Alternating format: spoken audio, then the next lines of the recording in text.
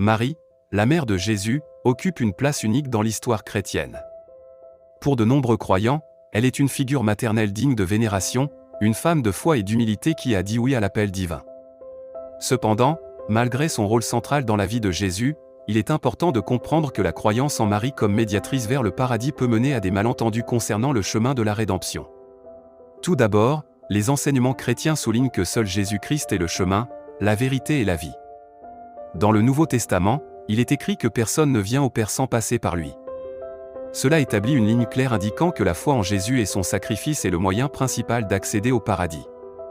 Marie, bien qu'elle soit honorée pour son rôle, ne peut pas remplacer cette vérité fondamentale. Son influence spirituelle ne doit pas détourner l'attention de la grâce salvatrice offerte par Christ.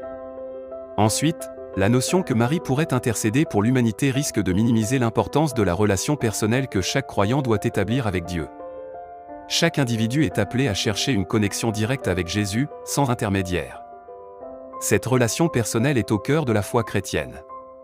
Elle n'élimine pas la nécessité d'honorer Marie, mais reconnaît qu'elle, comme tous les autres, a besoin de la grâce divine pour parvenir au salut. Enfin, il est fondamental de respecter diverses interprétations de Marie au sein des traditions chrétiennes. Certaines traditions, comme le catholicisme, soulignent son rôle comme intercesseur.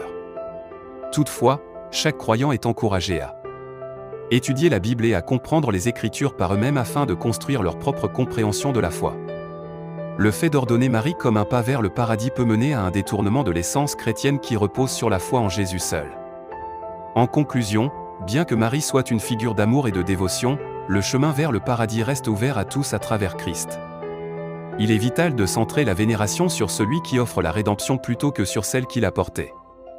Cela garantit que la foi reste ancrée dans les vérités scripturales essentielles qui unissent les croyants dans leur quête de la vie éternelle.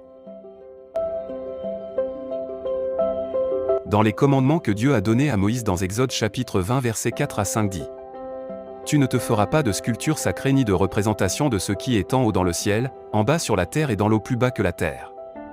Tu ne te prosterneras pas devant elles et tu ne les serviras pas, car moi, l'Éternel, ton Dieu, je suis un Dieu jaloux. Je punis la faute des pères sur les enfants jusqu'à la 3e et la 4e génération de ceux qui me détestent.